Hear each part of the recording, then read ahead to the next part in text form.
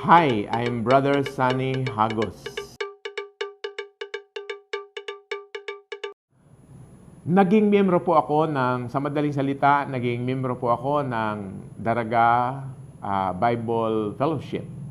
Yung pangalan nila. Naging miyembro po ako noon. At ano po doon, naging Sunday school teacher po ako doon. Naging preacher, naging youth leader, at naging faith defender. Kahit yung pong mga trabaho sa local church, talagang naging busy. Pero parang hindi po nagtagal. Pagkatapos po ng mga 5 taon, naglaho rin. Alam niyo po ba kung bakit naglaho? Siguro na-overload ako sa trabaho, yun ang isa. Pangalawa, dahil mahirap ako, siyempre parang kailangan ko maghanap buhay at busy sa ministry.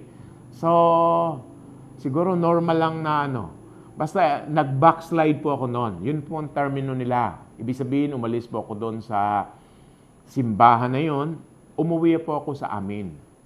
Ang lugar po namin ay Kasiguran, Sorsogon. So, bilang umalis po ako sa Daraga Bible Christian Fellowship, ay backslide pa. So, halos walang direksyon ng buhay nung umuwi ako sa Sorsogon.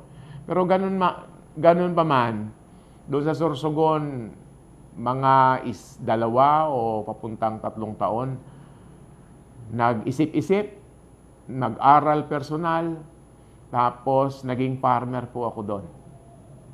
Later, bumalik din po ako sa evangelical community, pero hindi na po dito sa Daraga Bible Fellowship. This time, napunta po ako sa Baptist. Ang Baptist po yung napuntahan ko, ang tawag ay Baptist Conference of the Philippines. Doon po yun ang simbahan nila sa Albay, Albay. Ang Albay po ay probinsya ng Pilipinas, So, yun. Doon po sa Baptist Conference of the Philippines ay ang buhay ko doon, na-restore yung kasi halos parehas naman ang doktrina nila, yung Daraga Bible Fellowship. So, hindi bago sa akin, Yung grupo lang yung bago. Nagkaroon ako ng maraming kaibigan at naging masaya. During the time, nagpatuloy po akong mag-aral. Pakunti-kunti pa rin. Tapos, siyempre, nasa stage ng youth, Nag-apply po ako sa radyo, maging reporter. So, tuwang-tuwa ako sa ganun.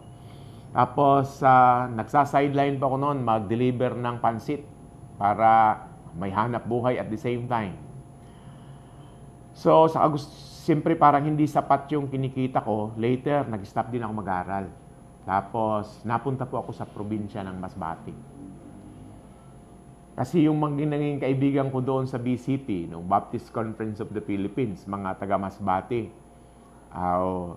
Hindi ko nabanggitin yung mga pangalan, Ngayon, doon po sa Masbate, nag-buy and sell po ako doon. Parang isda naman ang trabaho. Okay, mag-buy and sell. Tapos, basta buy and sell, Tapos ito pong pagbabuy and sell po na ito. Alam niyo po ang Masbate, may mga areas na mga dagat yan, may mga isla-isla. Minsan pupunta po ako doon sa isla. Kung magbabay and sell po ako doon sa isla, nagbabangka-bangka. Now, dito po sa pagbangka-bangka na ito, pagpunta from one island to another island, ay nalunod po ako minsan. Ang ibig po sabihin ng nalunod, nagsumimplang yung bangka at nalunod po ako kasi malakas yung alon, So, ang nangyari po, nalunod siyempre yung mga binibenta ko, walang natira. So, akala ko mamamatay na ako during that time Kasi wala nang pag-asa, malakas ang hangin, malakas ang alon, sumimplang yung sakayan, wala na. Parang ako na yung sunod, pero buhay pa kasi yung sakayan nandun naman, hindi naman lumubog So, maya-maya, meron pong naka-rescue sa akin doon. Na-rescue po ako at dahil yun ay medyo hapon na, ay dumunggo po ako doon sa pinakamalapit na isla. Ang tawag po sa isla ay Pinya. Hindi ko alam kung yung Piña, Barangay Piña, ang nagsasakop ay Kawayan o Milagros. Basta yun ang na puntahan ko nung gabi na yon kasi hapon na eh. Ngayon, humingi po ako ng tulong sa Baptist, kasi may Baptist church doon, local nila. Pero alam niyo po yung Baptist na hiningan ko ng tulong, instead na tulungan ako, dinala ko sa kapitan. Tapos, doon po sa kapitan, inimbestigahan po ako doon. Akala po nila magnanakaw ako ng bangka. Noong nalaman nila na hindi naman pala ako magnanakaw, parang pinaalis na ako, pinalabas. Pero hindi po ako tinulungan ng Baptist na yon. Alam niyo, tinulungan po ako ng isang Pentecostal. Kaya doon po ako na parang naumagahan sa bahay ng isang Pentecostal. Pagkatapos po noon, sa the following day, pumunta po ako sa isang isla. Ang isla po na yon ay tinatawag na Hilutungan. Hilutungan Island. Isang barangay lang po yon. Tapos, meron po akong kaibigan doon. Ang pangalan ay Pastor Lukay-Lukay. Yun ang kanyang pangalan. At nagkataon na sa panahon na yon ay gumagawa po siya ng local na simbahan doon sa baryo na yon. Tumulong po ako sa kanya at nagtagal po yan ng mga 3 linggo. Yung pag-stay ko po doon kay Pastor Lukay-Lukay, ay doon po ako nakapag-decide na mag-aral ng seminaryo at ang dahilan po noon ay yung pagkalunod ko kasi kung namatay po ako doon, di naman ako pwede magpatuloy ng buhay. Ngayon parang bagong buhay ito, kaya mag-aaral po ako ng Bible School o seminaryo. Ang unang Bible School na gusto kong puntahan ay yung BTC sa Cebu, Banilad Bible College. Yan po is Bible School ng Baptist.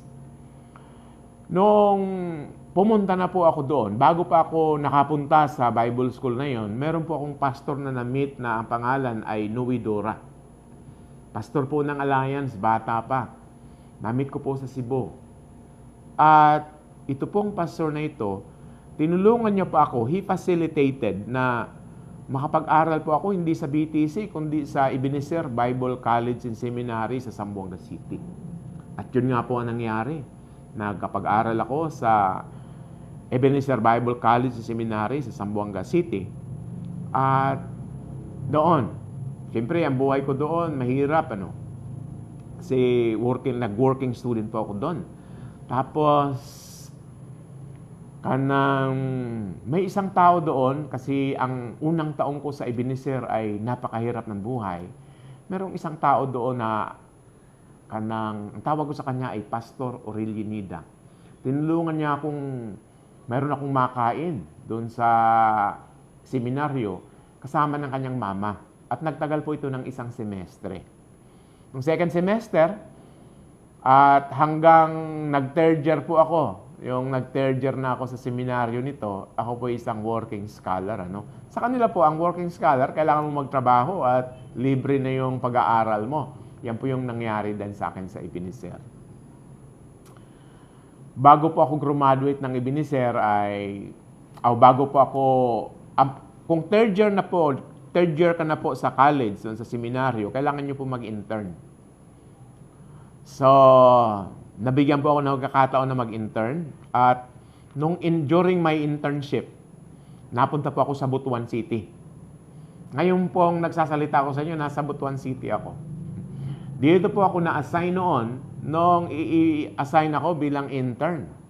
Tapos ako po yung naging pastor ng Butuan City Alliance Church. Yan po ay nasa Duungan, dyan sa malapit sa munisipyo sa Butuan City. Pagkatapos po ng 1 taon, ay natapos ko po yung internship ko.